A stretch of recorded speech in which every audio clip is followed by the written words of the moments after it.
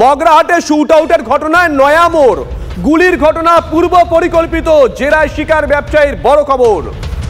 মগরাহাটে shoot আউটের ঘটনায় নয়া মোড়, গুলির ঘটনা পূর্ব পরিকল্পিত, জেরায় শিকার ব্যবসায়ীর। ছিনতাইয়ের ঘটনা ঘটেনি, পুলিশি জেরায় স্বীকারোক্তি ব্যবসায়ীর।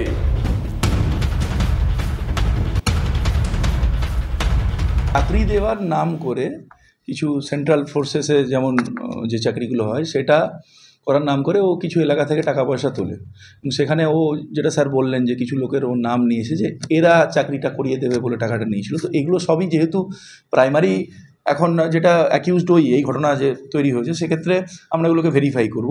তো ন্যাচারালি ও ডিফল্টার হয়ে গেছিলো এবং ওর কাছে বাড়িতে প্রচুর পাওনাদারেরা আসতো, সেটা ওর ফ্যামিলি মেম্বাররাও সেটা স্বীকার করেছে। তো সেই প্রেশারটাকে কাটিয়ে ওঠার জন্য এরকম একটা মানে kind of tried to stage a story, তো সেটা দিয়ে যাতে যে আমার এতগুলো টাকা ওই ওয়েভারটা যাতে হয়, লোকজনের একটা সিম্প্যাথিও পাওয়া যায়, বা আমার 7 লাখ টাকা চুরি হয়ে গেছে সেই জিনিসটা যাতে আসে, এটা এখন পর্যন্ত আমরা পেয়েছি। এবং কালকে কোনোভাবেই গোবিন্দ নস্করের সঙ্গে কোনো দেখা হয়নি, কোনো টাকার লেনদেনও হয়নি। এবং অশোক সাতুই সেটাই আমাদের কাছে কনফেশন দিয়েছেন যে উনি এটা কোনো উপায়ন্তর না দেখে এটাকে উনি হি কনকক্টেড দিস স্টোরি, যে এইভাবে ব্যাপারটাকে যদি সাময়িক একটা রিলিফ পাওয়া যায় বা কিছু। টেলিফোনে আমাদের সঙ্গে রয়েছেন আমাদের সহকর্মী শুভেন্দু। শুভেন্দু, এই যে ব্যবসায়ী অশোক ছাটুই, তার বয়ানে এতগুলো অসঙ্গতি কেন? দেখো, তোমাকে জানিয়ে রাখবো যে মগরাহাটের টাকা ছিনতাইয়ের জন্য শুট আউটের যে ঘটনা ঘটেছিল গতকাল ঠিক রাত 8টা নাগাদ, সেই ঘটনায় কিন্তু একেবারে নয়া মোড় গুলিবিদ্ধ ব্যবসায়ী অশোক ছাটুই চাকরি দেওয়ার নাম করে দক্ষিণ বারাসাত অর্থাৎ জয়নগরের দক্ষিণ বারাসাত এলাকার বাসিন্দা গোবিন্দ নস্করের কাছ থেকে কয়েক দফায় 7 লক্ষের বেশি টাকা নিয়েছিল। সেই চাকরি দিতে পারেনি অশোক। এরপর গোবিন্দ কিন্তু সেই টাকা ফেরতের জন্য চাপ দিতে থাকেন। সেদিন গুলির ঘটনা পূর্ব পরিকল্পিত ছিল বলে পুলিশের জেরায় জানতে পারে, পুলিশ জেরা করে জানতে পেরেছে, কারণ এই 7,30,000 টাকা কোনোভাবেই তার কাছে ছিল না বা ছিনতাই হয়নি। সে নিজের হাতে গুলি চালিয়ে গোটাটাই নাটকীয়তার রূপ দিয়েছিল। ফলে পুলিশ সন্দেহের বশে যখন অশোক ছাটুইকে জিজ্ঞাসাবাদ করে, ফলে পুলিশের জেরায় ভেঙে পড়ে অশোক।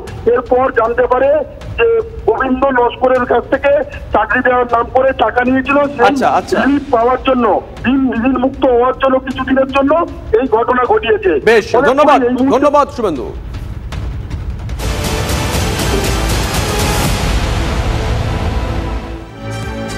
আরিয়াদহের দিকে নজর রাখবো। আরিয়াদহে দুষ্কৃতির তাণ্ডব, মা ও ছেলেকে রাস্তায় ফেলে ব্যাপক মারধর, প্রকাশ্যে শিউরে ওঠার মতন সিসিটিভি ফুটেজ। তৃণমূলের দাপুটে নেতা জয়ন্ত সিং এবং তার অনুগামীদের বিরুদ্ধে হামলার অভিযোগ। কিন্তু কে এই জয়ন্ত সিং, কিভাবে তার উৎপত্তি, কেন সবাই তাকে ভয় পায়, খোঁজ নিয়েছি আমরা TV9 বাংলা। আরিয়াদহ এলাকার ডন, ভালো নাম জয়ন্ত সিং, এলাকার সবাই অবশ্য জায়েন্ট সিং নামেই চেনে। স্থানীয়দের দাবি জয়ন্ত সক্রিয় তৃণমূল কংগ্রেস কর্মী। একসময় মদন মিত্রের হাত ধরে তৃণমূলে আসে এই জয়ন্ত, এরপর মদনের সঙ্গে যোগাযোগ বিচ্ছেদ হয়। এলাকায় 60টা জুয়া, তোলাবাজি, মধুচক্র চালানোর অভিযোগ আছে জয়ন্তের বিরুদ্ধে। স্থানীয়দের দাবি আরিয়াদহ তালতলা স্পোর্টিং ক্লাবের মাতব্বর জয়ন্ত সিং।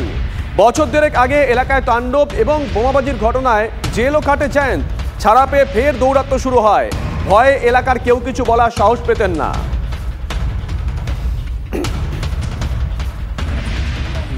জয়ন্ত সিং হলো এখানকার একজন সমাজের সবচেয়ে বড় ডন, কারণ বস লেখা থাকে এখানে, দেখবেন সব জায়গায় বস, উনি বস। এখানে যত দেখতে পারবেন সাতটার ঠেক, জুয়ার ঠেক, মদের ঠেক, সব জায়গাতেই ইনি আছেন। যত বেআইনি কাজ সবেতেই এনার হাত আছে। জয়ন্ত সিং উনি হচ্ছেন এই এলাকার বড় নামি গুন্ডা, যত সব 2 নম্বরই কাজবাজ আছে উনি এখানে চালান। যারা বড় বড় বিজনেসম্যান তাদের সাথে ওদের আছে, ওটা বসা আছে, ওদের কাছে তোলা তোলে। জয়ন্ত সিং মানে এমনই একটা মানুষ যে ওনাকে ধরাছোঁয়ার বাইরে, যার জন্য এনার বিচার তো কেউ করতে পারে না। এই কারণে আমরা ভয়টা বেশি পাচ্ছি যে এই মানুষটার বিচার হয় না। এনারা তো প্রতিটা মানুষের ওপরে অত্যাচার করছে, ক্রিমিনালের দল করে। রাজু ঘোষ, জয়ন্ত সিং এরা বাচ্চা মানে ক্রিমিনাল, এদের তৈরি করে লালন পালন করে। ওই যে কথা বলছিলাম, শোনা যাচ্ছে মদন মিত্রের হাত ধরে তৃণমূলে এসেছিল জয়ন্ত। মদন মিত্রের সঙ্গে তার ছবিও দেখা যাচ্ছে, যে ছবি আমরা দেখাচ্ছি। আর মদন মিত্র এরপরে ঠিক কি বলেছেন শুনুন। যে ছেলেটির নামে অভিযোগ হয়েছে তার সঙ্গে নাকি আমার ছবি দেখা যাচ্ছে। এখন প্রবলেম হচ্ছে আমি ওই এলাকার MLA, যখন কেউ ছবি তুলছে তাহলে আমি তো তার ব্যাক হিস্ট্রি পুরো ফর্ম ফিল আপ করিয়ে যে কোনো কেস আছে কিনা এরমভাবে তো ছবি তোলা যায় না। এ ব্যাপারে কোনো সন্দেহ নেই। পুলিশ মমতা বন্দ্যোপাধ্যায় যেভাবে বলেছেন যে কাউকে রেয়াত করা হবে না, সে কাউন্সিলর হোক এমএলএ হোক। দুঃখের বিষয় কামারহাটির বহু কাউন্সিলরই নিজের মতো চলছে। আমি যতক্ষণ আছি এই ধরনের কোনো কাজকে আমি সাপোর্ট করব, কোনো প্রশ্নই আসে না। আরো একটা বড় খবরের দিকে নজর রাখতে হচ্ছে। রেশন বন্টন দুর্নীতি মামলায় বিচারকের প্রশ্নের মুখে ইডি। রেশন বন্টনে 20,000 কোটি টাকার দুর্নীতি হয়েছে বলছেন, মৌখিক বয়ান ছাড়া তার প্রমাণ কোথায়? ইডির আইনজীবীকে প্রশ্ন বিচারকের।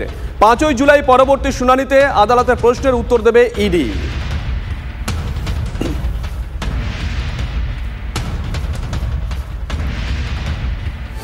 টাকার অভাবে বেকায়দায় বাকিবুর রহমান। টাকার অভাবে সংসার চলছে না রেশন দুর্নীতির কিংপিনের। বাকিবুরের বেশিরভাগ ব্যাংক অ্যাকাউন্ট বাজেয়াপ্ত করেছে ইডি, যার মধ্যে বাকিবুরের ব্যক্তিগত অ্যাকাউন্টও রয়েছে। বাকিবুর জেলে থাকায় টাকা তোলার সমস্যায় পরিবার। চেক সই করতে চেয়ে আদালতে আবেদন বাকিবুরের। বাকিবুরের আবেদনে সারা বিচারকের। বাকিবুরের স্ত্রী জেলে গিয়ে চেক সই করতে পারবেন। এক জেল কর্মীর উপস্থিতিতে চেক সই করানোর অনুমতি আদালতের। উত্তরপ্রদেশের দিকে নজর রাখতে হচ্ছে। ভয়াবহ দুর্ঘটনা, পদপিষ্টে মৃত্যু হয়েছে 75 জনের এখনো পর্যন্ত যা জানা যাচ্ছে। উত্তরপ্রদেশে হাতরাসে ধর্মীয় অনুষ্ঠানে হুড়োহুড়ি। মৃতের সংখ্যা আরও বাড়তে পারে যেমনটা আশঙ্কা করা যাচ্ছে। ঠিক কি ঘটেছিল? সুশোভন আমাদের সঙ্গে রয়েছেন টেলিফোন, আমাদের সহকর্মী সুশোভন, ঠিক কি ঘটেছিল? দেখো, একটা ধর্মীয় অনুষ্ঠান চলছিল এবং সেখানে স্বাভাবিকভাবে যেই অনুষ্ঠান শেষের পরে একটা বিশৃঙ্খলার সৃষ্টি হয় এবং সেখানে যেহেতু প্রচুর পুণ্যার্থী সেখানে জমায়েত ছিল, তাই পরিস্থিতি আরো একবারে জটিল হয় এবং সেখানে পদপিষ্ট যে পরিস্থিতি সেটাই তৈরি হয় এবং সেখানে এখনো পর্যন্ত তুমি জানো যে মৃতের সংখ্যা অনেকটাই বেড়েছে, কমপক্ষে 75। এবং যেটা এখনো পর্যন্ত স্থানীয় প্রশাসনের তরফে বলা হচ্ছে যে পুরো পরিস্থিতি তারা খতিয়ে দেখছে এবং যেহেতু সেই যে জায়গা, সেই ঘটনাস্থলও তারা দেখছে এবং এলাকা যে একেবারে যে কন্ট্রোল সেটাও তারা করার চেষ্টা করছে। অর্থাৎ এক কথায় বলতে গেলে যে ধর্মীয় অনুষ্ঠান চলছিল সেখানে অনুষ্ঠান শেষের পরেই কিন্তু এই বিপত্তি, যেখানে কিন্তু অনেকজনের পদবিষ্ঠানের মতো ঘটনা ঘটল। ধন্যবাদ সুশোভন। উত্তরপ্রদেশে ভয়াবহ দুর্ঘটনা, পদপিষ্টে মৃত অন্তত 75 জন। উত্তরপ্রদেশের হাতরাসে ধর্মীয় অনুষ্ঠানে হুড়োহুড়ি। মৃতের সংখ্যা আরও বাড়তে পারে এমনটা আশঙ্কা করা হচ্ছে। জানা গেছে রতিভানপুরে একটি ধর্মীয় অনুষ্ঠান চলছিল মঙ্গলবার। অনুষ্ঠান শেষ হতেই একটা বিশৃঙ্খলা তৈরি হয়। ওই অনুষ্ঠানে বিপুল সংখ্যক পুণ্যার্থী জমায়েত হওয়ার পরিস্থিতি আরও ঘোরালো হয়ে ওঠে। পদপিষ্টের পরিস্থিতি তৈরি হয় আর তাতেই বেশ কয়েকজনের মৃত্যু হয়েছে। এদিকে টানা বৃষ্টিতে বিপর্যস্ত অসম। এখনো পর্যন্ত মৃতের সংখ্যা 44। ক্ষতিগ্রস্ত 2.5 লক্ষেরও বেশি মানুষ। জল ঢুকেছে কাজিরাঙ্গা অভয়ারণ্যে। কাজিরাঙ্গা অভয়ারণ্যের 233টি ফরেস্ট ক্যাম্পের মধ্যে 62টি এখন জলের তলায়। প্লাবনের জেরে বিপন্ন বন্যপ্রাণ। হিমন্ত বিশ্ব শর্মাকে সব রকম সাহায্যের আশ্বাস প্রধানমন্ত্রী নরেন্দ্র মোদীর।